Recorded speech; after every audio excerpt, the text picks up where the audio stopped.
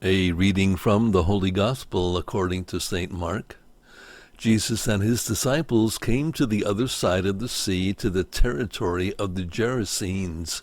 When he got out of the boat, at once a man from the tombs who had an unclean spirit met him. The man had been dwelling among the tombs, and no one could restrain him any longer, even with a chain.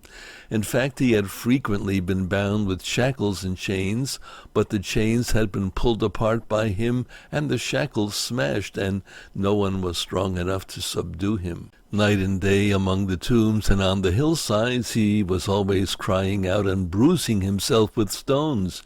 Catching sight of Jesus from a distance, he ran up and prostrated himself before him, crying out in a loud voice, "What have you to do with me, Jesus, Son of the Most High God?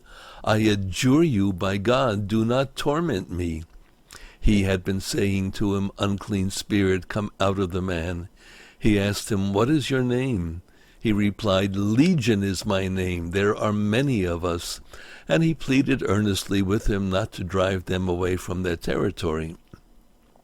Now a large herd of swine was feeding there on the hillside, and they pleaded with him, "Send us into the swine, let us enter them."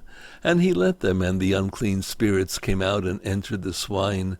The herd of about 2,000 rushed down a steep bank into the sea, where they were drowned. The swineherds ran away and reported the incident in town and throughout the countryside, and people came out to see what had happened. As they approached Jesus, they caught sight of the man who had been possessed by legion sitting there, clothed and in his right mind, and they were seized with fear. Those who witnessed the incident explained to them what had happened to the possessed man and to the swine. Then they began to beg him to leave their district. As he was getting into the boat, the man who had been possessed pleaded to remain with him. But Jesus would not permit him, but told him instead, "Go home to your family and announce to them all that the Lord in his pity has done for you." Then the man went off and began to proclaim in the Decapolis what Jesus had done for him, and all were amazed.